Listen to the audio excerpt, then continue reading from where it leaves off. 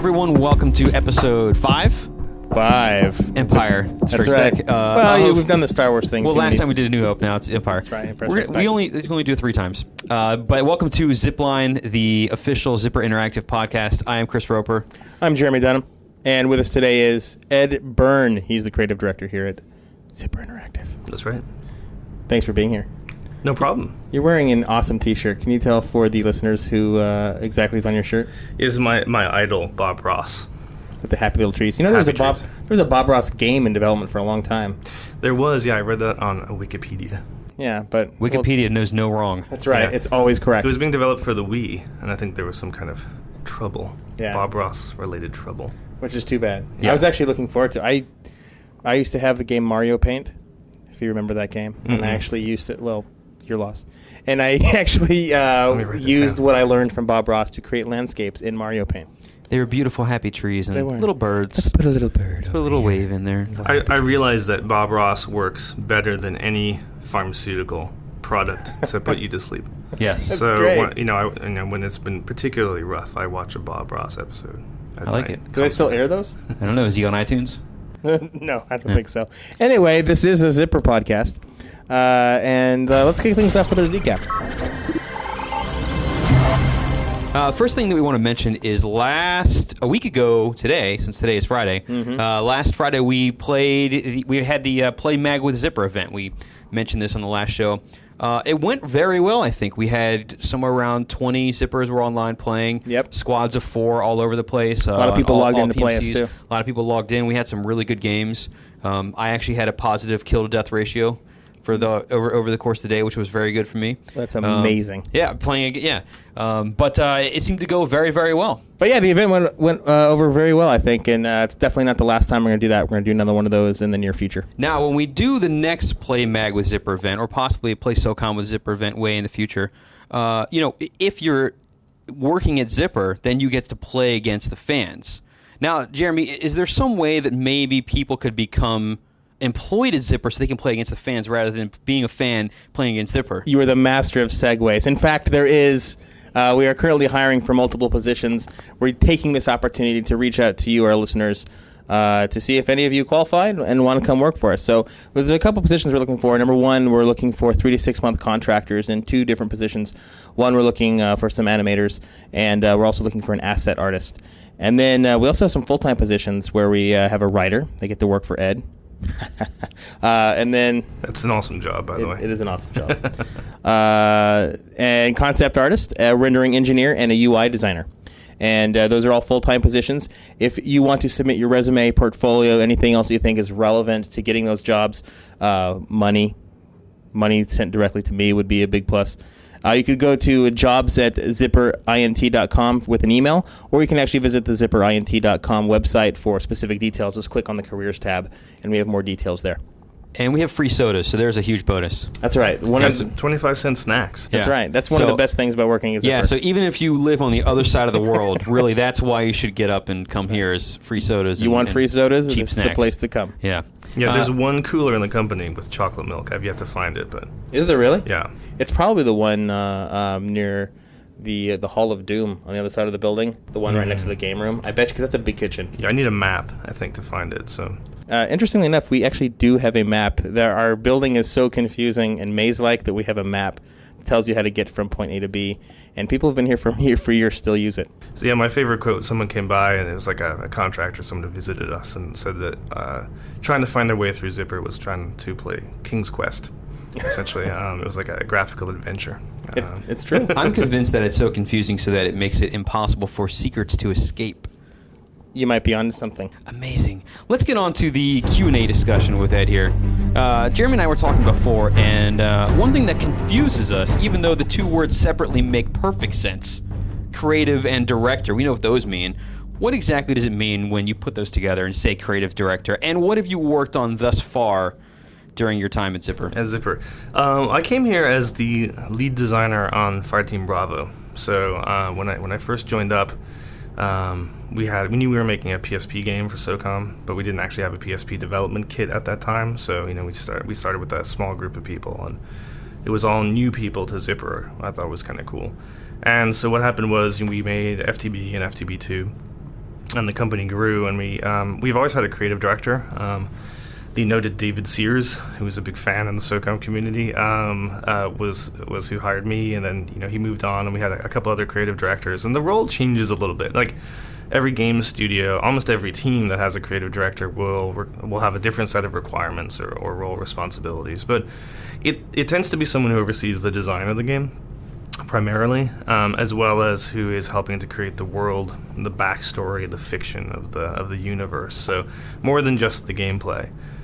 So on MAG, I was when I came into the creative director role. MAG had already started, but we had a couple questions like, what should Sever look like? I mean, we had Raven and we had Valor, and those two, factions were totally sort of in place. Sever was this sort of question mark, was this unknown, like, what should we do with this other faction? So part of my role was to help work out, like, what should those guys be? Where should they come from? And that was always my angle, was I wanted, to make them a little more kind of, tribal and make them a little sort of more urban and street. So someone who wasn't necessarily into military shooters would look at Sever and say, that looks like a cool game. So what's interesting about your role, though, is that because you have so much direct influence over all the games, is that you can also sort of dictate how much influence and how much of a role you take in each game. Yeah. I mean, ultimately, the best case scenario is that I start a game and then the team rolls with it. Like SOCOM 4 right now, I mean, I'm involved, but mostly the leads are running the show, making the critical decisions. And the directors tend to be people who are called in when there's a problem, or who get to see reviews and maybe, comment.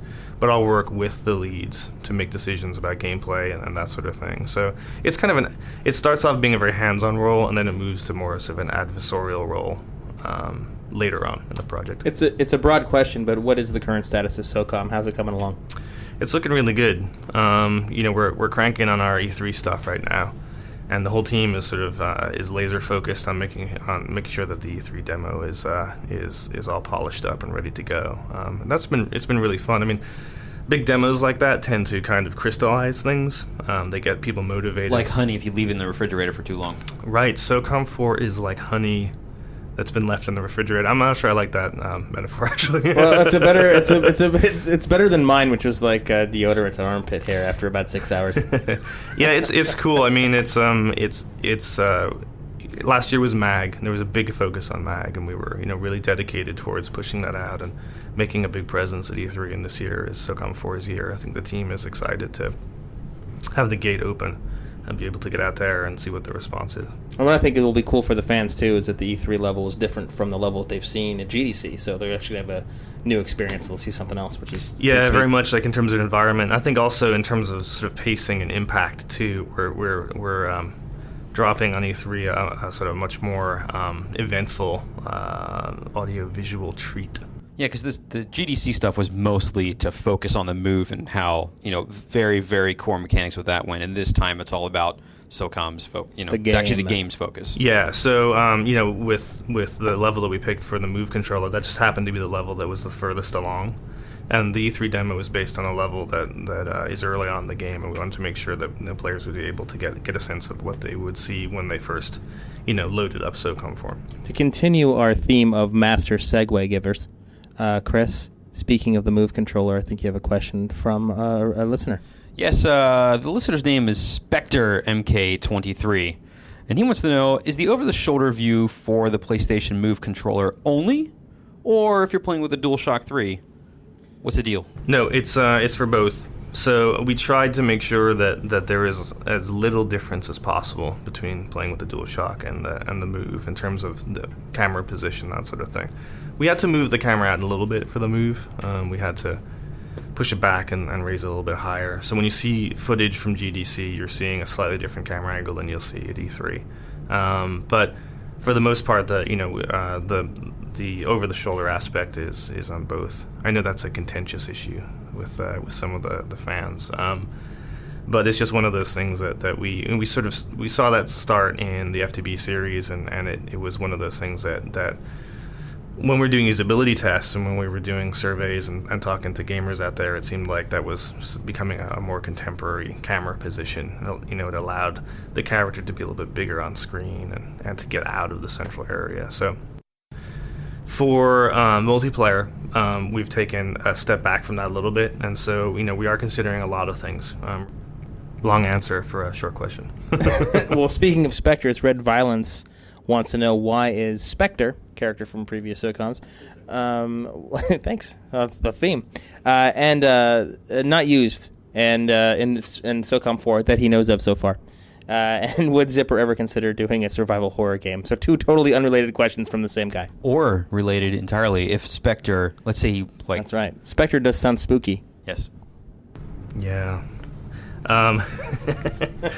Spectre was cool. Yeah, I mean, we started off, with a different character in the lead in S1, SOCOM 1, and then we moved to Spectre, and I think that Spectre was pretty cool. I mean, the SEALs all tended to be very much representations of, SEALness, and I think that we have always had that need to kind of play around with the characters a little bit. SOCOM 4 obviously has a whole new cast of characters, but even in the Fireteam Bravo series or some of the other SOCOMs, we'd mix things up just a little bit. I think we never really thought of the main character as the main character. We did more characterization for your buddies, in many ways, like it was your buddies that talked more and commented and that sort of thing. But it would be cool to bring Spectre back. We've often thought about that in terms of a cameo, or have him be like an NPC or like a SEAL who's out there during one of the missions. So I would not say that it is unlikely that he comes back. We did bring Boomer back, but we brought him back dead. Oh. Which segues to the survival horror question. coming 2012, the Undead Boomer. Yeah, I've been pitching to bring Boomer back as a multiplayer character in a future SOCOM, maybe SOCOM 4, but only if we can do him as a zombie. I think it would be awesome to have sort of his jaw hanging off, and For those who don't know Ed, he loves zombies. I do. I love zombies, and have we ever considered a survival horror game? I have. It's one of those things I always thought would be great. In fact, there's been a lot of survival horror games, but a tactical survival horror game I think would be fantastic, because there's a lot of tactics that are involved when you're dealing with zombies.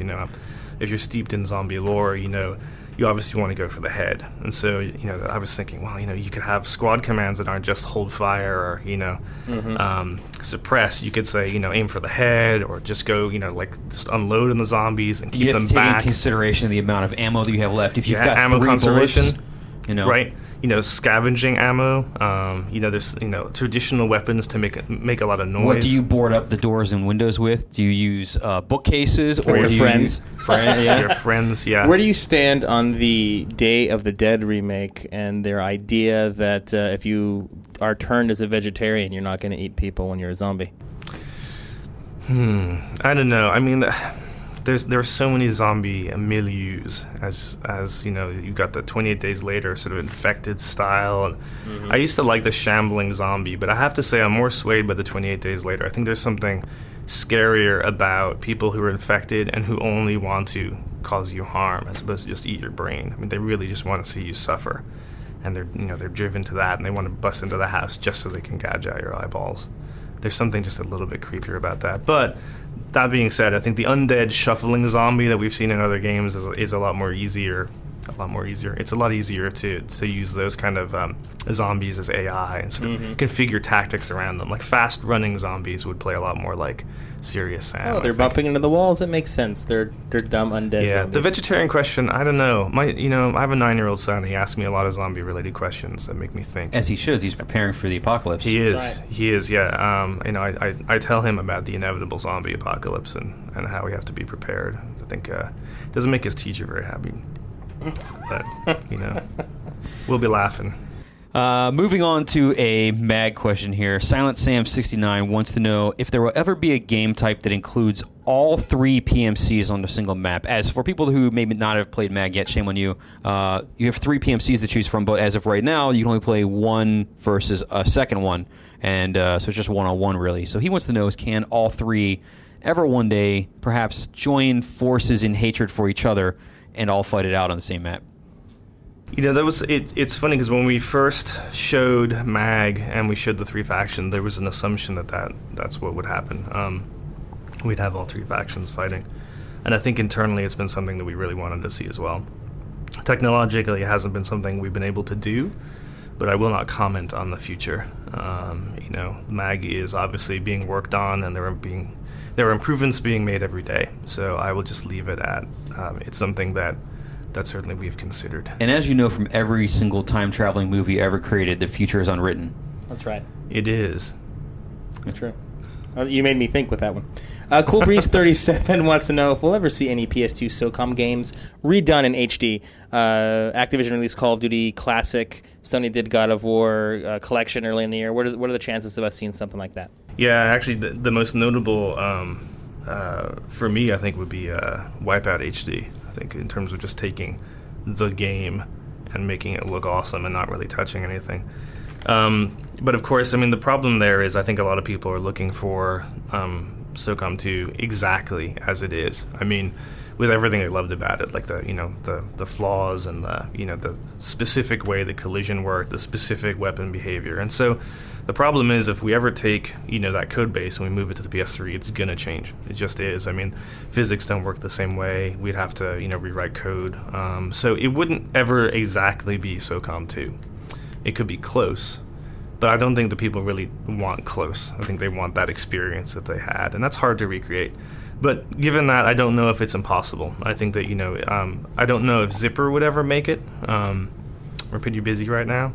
But I think that it is certainly feasible, right? It's feasible to take that game and to try and move it up to the platform. But it takes work. It's not just a matter of it's not like vinyl. You can't just stick it on a modern record player. A lot of engineers and artists and designers would have to work on it. It would be a production. It would be a big budget thing. And so, from Sony's point of view, I mean, we make games because we love making games, but Sony's in the business of making money, and so there'd have to be, the sense that game would sell enough, and there'd be enough people interested in it to make it worth their while. I will say that with specifics to the God of War collection is way back when, and they were talking about the God of War 3 Special Edition, there was a poll on the PlayStation blog, and they said, what would you like to have in there? And one of the, what ifs was a 1 and 2 released on Blu-ray, and everybody said, oh man, they're going to remake it in HD. And at that time, from what I understand, there were actually no plans to do it, and it was just part of the poll. And then because so many people wrote in and said, we want this, we'll pay for it, then they greenlit it and then made it because they already knew that it was going to be, at least worth their time. And so far as I know, it ended up selling pretty well. So if you want to see that happen, let us know. Yeah, we know that you guys want it, but you need to. It's very clear from the forums that the SOCOM fans want right. it. But I think that they would need to let the people who pay us the big bucks, and to really kind of maybe make a more unified voice. On a somewhat related note, I'd like to point out that I've platinumed God of War Collection, both games, and Chris hasn't.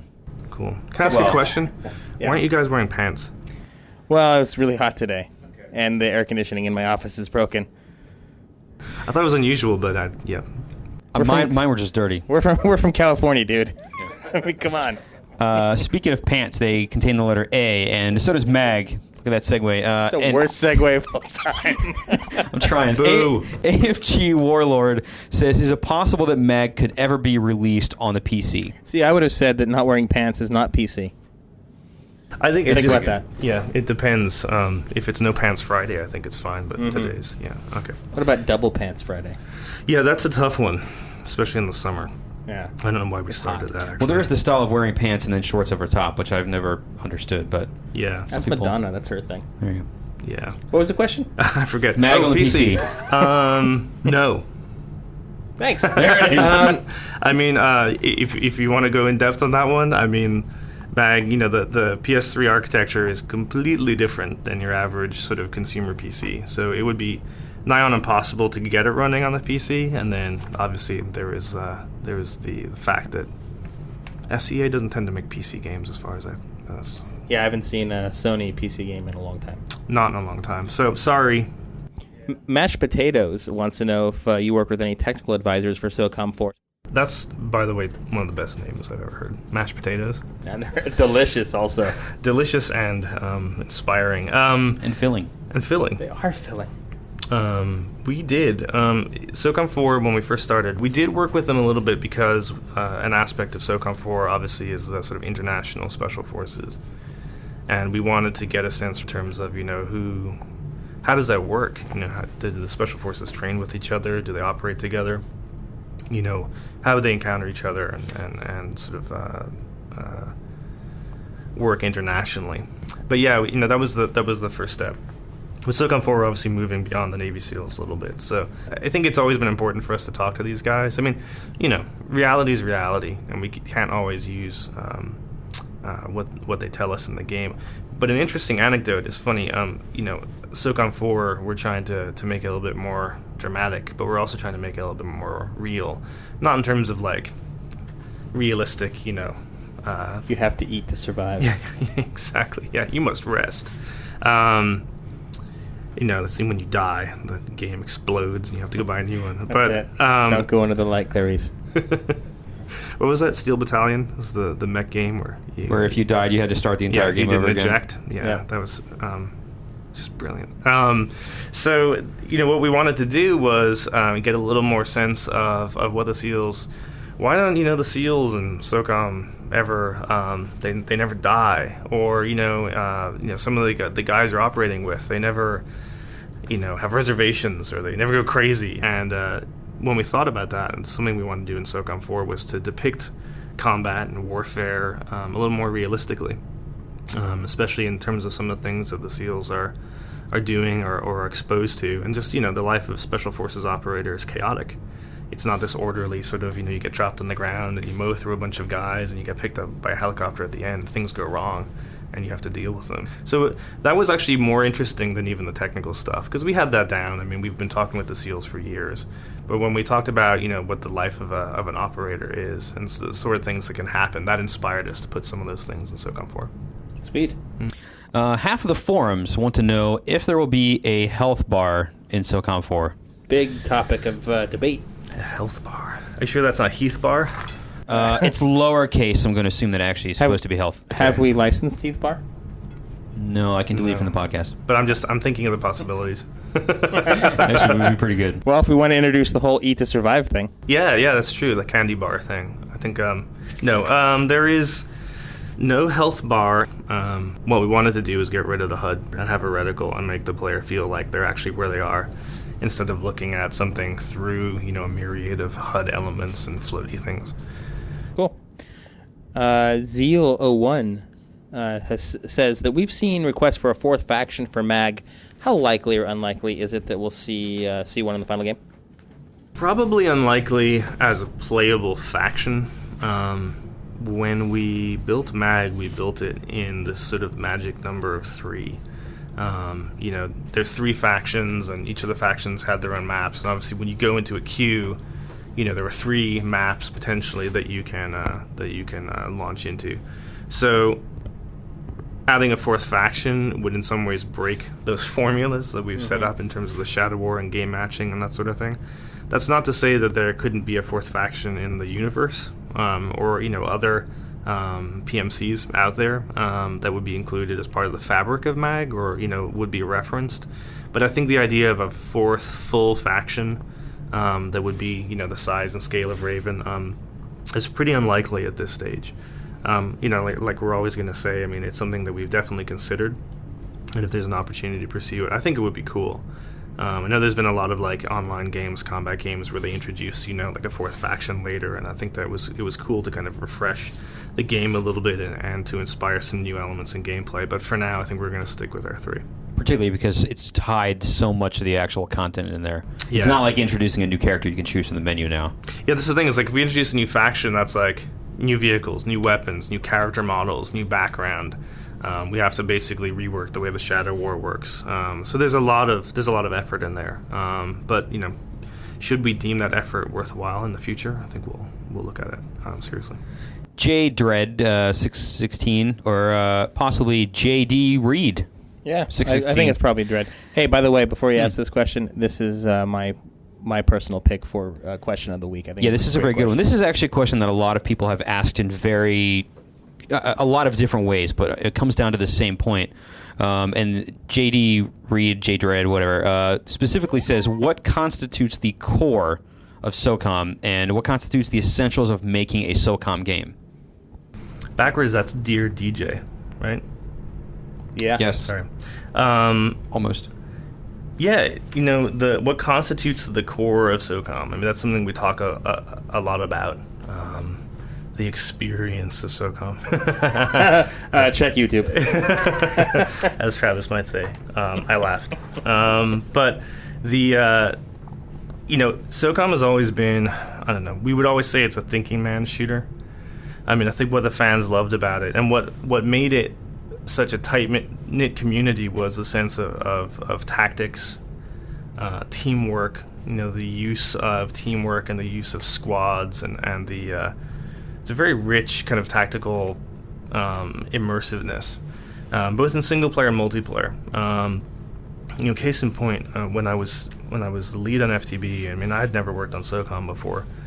I'd worked on games like Splinter Cell, but they didn't really have a robust multiplayer in the first one. So I was in a beta, and I was watching this clan, operate. I was on their team, and I was floored because these guys were, checking corners and covering each other, and one guy would throw smoke, and the next guys would move up, and I'm like, this is phenomenal. I've never seen anyone play a game like this. I mean, I'd played Counter-Strike, and it was just people bunny hopping and running around with sniper rifles. So it was chaos. It's fun, but it's chaos. And I think SOCOM is tactical, and it rewards teamwork. It rewards smart thinking. It rewards just as much as it does a quick trigger finger or good aim, right? So the core of and the DNA, what we say of SOCOM, is that sense of, I think, tactics, teamwork, choice. Being given an approach to a situation and having multiple choices is not just like you have to go down that corridor and shoot everyone who moves. Otherwise, the game doesn't move forward. So that's an element we've kept in every single game that we've made in SOCOM. The PSP games, tactics, the console games, and SOCOM 4.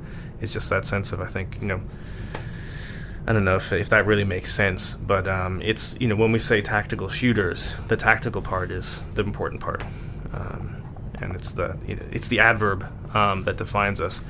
But it's still a fun game. It's not like a simulation. It's not like a war game or an RTS. I think it's just one of those things where when you have a plan and you execute it, and that feeling of having really just rolled through and done everything well and communicated with each other and having won because clearly you're better, and not just faster. I think that's what keeps SOCOM fans in the mix. There you go. Chaotic Renegade wants to know what happened the other day when folks were getting double XP out of the blue in MAG. I can actually answer that question. So there was a small server restart. They had to update something, and it was only going to take about 45 seconds, and that's all it took. But when they restarted it, they accidentally turned on the wrong switch, which let people get double XP for a couple of hours. There's a double XP switch. It's That's good right. to know. What Yeah, other there is. switches are there? Well, that's you don't want to know. There's the erase everyone's character switch, Nice. which I am currently holding hostage, and if you don't send me $1 million immediately, I will push it. No, but they hit the double XP switch, and so for a few hours, people got to enjoy that, and then they realized it, and we turned it back off. So there is a switch. Do we balance that with a half XP weekend? That's coming. Coming up, folks. That's more of a surprise. Yeah. Dad Drubbit. I am awful telling you what forum names actually spell like, which I'll come back to in a second. But he or she wants to know, will we ever see mag maps that take place during the night? Possibly for, well, not zombies, but, You won't see them because they'll be dark.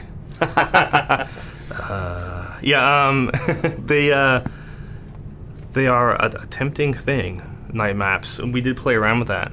We had some maps that were actually intended to be night maps. when And the we designed concept them. art has night maps. Yeah, you guys have probably seen a lot of the concept art. I'll be frank, I think that what happened was we tried them, and with the technology that we were playing around with and the time we had, we didn't quite get them to the point where we thought they were awesome enough to ship.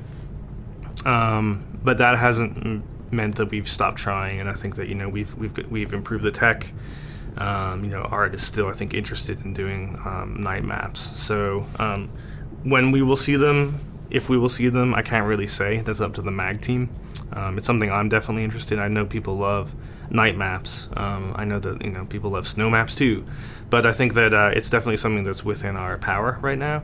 The one thing about Mag, obviously, is it doesn't have things like night vision. It doesn't have a lot of vision mods that make really dark night maps as playable as day maps sometimes. Mm-hmm. And so there's design issues that we have to work around as well. It's not just we can't just drop night maps in there because I think it won't play as well. So it would be very, very sniper friendly. The assumption would be that it'd be harder to see somebody and then, Yeah, it'd be harder to see people unless, there's a lot of light, ambient light. And so that might work great in a city level where there's tons of point lights and there's lit windows and, people are casting a lot of shadows. But I think if it's a more of a rural map, like one of the jungle maps, where there aren't a lot of lights, a lot of it would just be dark. Or we do what's called Hollywood night, where we'd use a strong blue light in there, kind of like a filtered blue light to give a sense of kind of a moonlit night, and then we would just have to jack the light levels up so much that it would almost be like playing in the day. So, there's a lot of issues around it to make sure that it works well within Mag, but yeah, definitely is something that we're still interested in. Buchanan's wants to know if we find it difficult to differentiate the frivolous player criticisms from legitimate ones. Is there any way that we set up some kind of guidelines that we run through to determine the level of validity of their input based on what they have to say? I don't think that there's any... what's frivolous, right? If someone really, really likes or dislikes something, it's not frivolous to them, obviously. If someone liked the way a weapon was and it was tweaked, or if someone liked the hit detection in SOCOM 2 better than SOCOM 3, that's a valid criticism because that is obviously something they feel is important, something that was an aspect of the game that they loved or hated.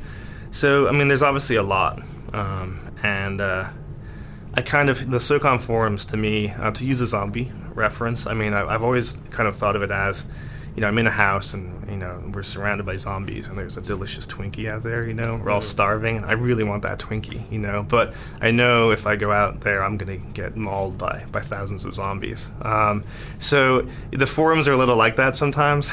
It's there's a lot of hostility and it makes wading through the forums really difficult and finding the real nuggets of feedback sometimes when threads are just full of pages of people saying how we've ruined the franchise and how we need to listen to them or we're doomed. But we do troll through, and I think, you guys are probably at the forefront now in terms of actually delivering that feedback to us. So what I found really useful is as we built up the community team over the past couple of years, it's not necessarily us having to go through the forums, and hoping that we find, these ideas and pieces of feedback that are either easy for us to implement or written in a way that we can actually understand what people are saying. Because I think the important thing to do is when you're writing feedback in a forum or, if you're writing you guys or you're trying to get in contact with us with an idea, it's like if you provide a solution, we probably won't be able to implement it in the way that you've provided it, right? Like, here's my idea, you should do this. Well, there's countless reasons why we can't do that. Technologically, it doesn't, we'd have to code it. It doesn't fit within the other systems. But if you describe to us what it is that you don't like or describe what the problem is, then we understand and then we can work on resolving that or work on a solution. So you have a lot of people, I think, trying to kind of be heard, over each other, and it can get chaotic out there. But I would say, to go back to the question at hand, the guidelines that we run through, not really. We have designers, artists who pick up pieces from the forums, and when there's a particularly good idea, we'll throw it on the email thread. We'll talk about it. If it's a really good idea, gets people excited, then maybe we'll start to talk about like, hey, how easy would this be to do? We'll maybe even it go as far as getting a designer to spec it out, So I think there's no specific guidelines, but I think that a really good idea will always present itself as a good idea. And to add to that, I think that ultimately it's all about judgment and what we see and being able to, and just as individuals being able to go through what we see on a regular basis. Is it the same 2 or 3 people posting over and over again, or is it a mass of people saying the same thing? And are they saying it because this is something they came up with, or because it's a rally to agree with someone as well? There's all sorts of different factors that take part in how we listen. But I think that if anything, that if you look towards what we've done with MAG so far, and fan feedback and how the game has been shaped, things like our Influence Mag program that we have going on right now. We definitely take into consideration specific things that you guys have to say, and we're always going to listen. It might not make it into the game, but we definitely pay attention, and hopefully you're happy with what the end product is.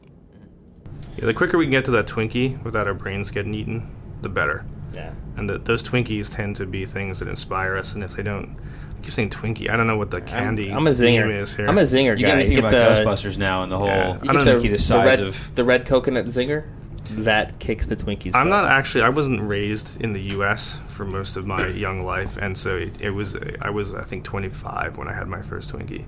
That is from Atlantis. From Atlantis. I'm a mid-Atlantic man. Yeah, in Dublin there are no such things as Twinkies, so it was like this amazing, delicious cake cream thing that I'd never experienced before. There was lucky 4 years old when you bit into it.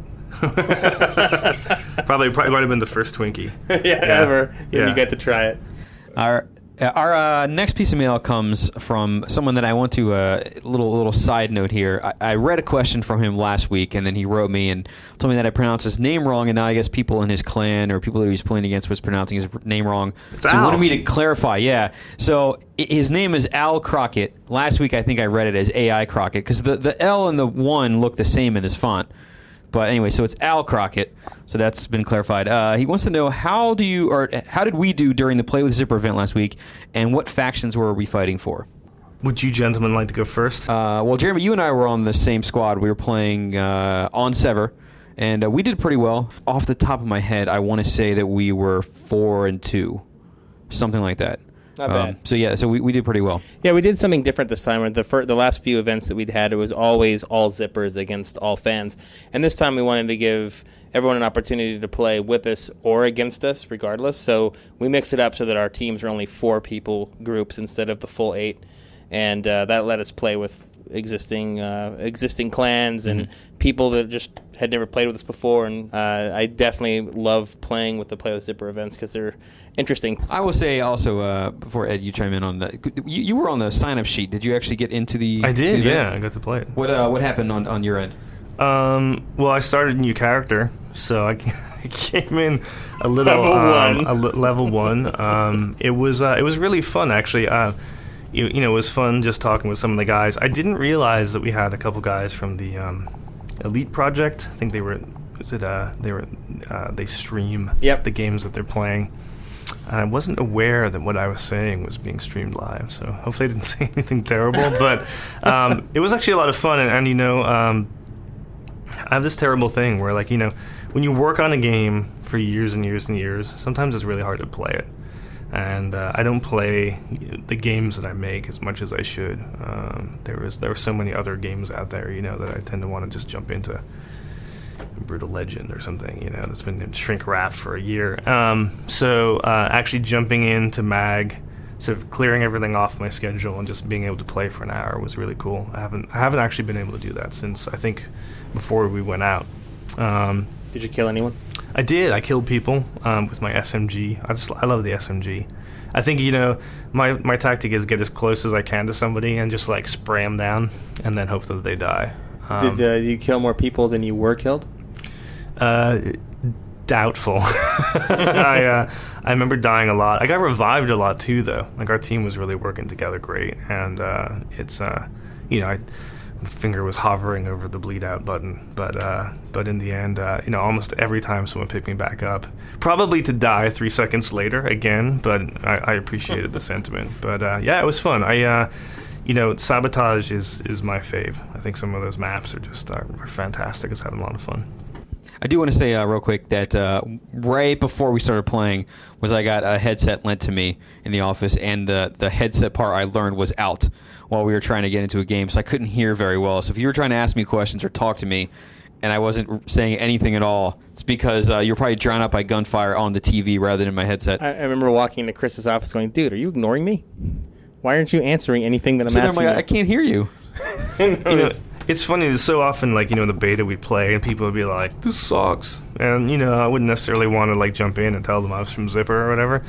But one time I was playing Raven, and there were these two guys, and they're having this great discussion, and they were asking all sorts of great questions, and they were questions that I could answer. And I think my son had run out the batteries on my headset, so I could just listen to them ask all of these like fantastic, intelligent questions, and I could only sit there dumbly and sort of jump up and down, But it's the lesson there is always keep your headset charged, I guess. For sure. Last question comes from IceGoat63. Yes, Wow. Very good name. Wow. Will we see additional trophies attached to the big DLC you guys are currently working on for MAG? Everyone knows we're currently working on DLC for MAG. Are there going to be trophies? Yeah, I believe so. I've seen a number of emails go by my screen for review about trophies, so I believe there will be more trophies for DLC. There you go. Simple answer. Yep. It looks like we're out of time. We are out of time according to the running clock that never ends. So I guess That's why it's a clock. Yeah, if you guys want to know more information about things that are coming out here, perhaps information on DLC, and we can eventually talk about that, or maybe what Ed ate for lunch, if he wants to post What that did one you day. have for lunch today, Ed? The only thing I remember was a giant slice of chocolate caramel pecan pie. I had cinnamon Pop-Tarts. I had a peanut butter and jelly sandwich. Wow. It's good. Yeah. We should have a new influence Zipper program where you let us Vote know on what you lunch. want us to have for our lunch on Fridays. Yeah. That could be interesting. Yeah. Yeah. As long as it doesn't involve, rat poison. I would only allow you to vote for pizza or hamburgers, and that'd be fine. There you go. But if you want to follow us on Twitter, you can do that. We are just Zipper, so at Zipper. You can also find us on Facebook. Search for Zipper Interactive, and we will pop up right there. If email is your favorite thing to do, then you can also submit questions to zipline@zipperint.com. Next week, we're going to have special guest CJ Heine. He is the lead designer for MAG before it came out. He's also a guy who did a lot of work on the maps. He's currently working on single-player stuff for SOCOM 4, I believe. Mm-hmm. Yeah, CJ And- goes way back at Zipper. He's a fantastic level designer. So we're putting him to work on SOCOM 4. He's also very tall. He is tall, and he's got the biggest bucket of Legos I've ever What does he seen do in my with life. those things? I never see him building anything with them. I just see the huge collection of them. I don't know. Hopefully, it's not some kind of escape tunnel. But yeah, it's he and Christian, some of the guys, make little custom mag Legos and stuff. I think he was starting to make a Raven bunker out of Lego. Awesome. So, well, we'll get to the bottom of this next week. We'll find out exactly what he's working on. I want to thank Ed for coming on and joining us this week. I want to thank Chris for putting up with me. And I want to thank you guys for listening. Remember to rate us on iTunes. Subscribe. Chris, anything else to say? No, I think that's about it. All right. See you next week, everybody. Thanks, guys. Peace out.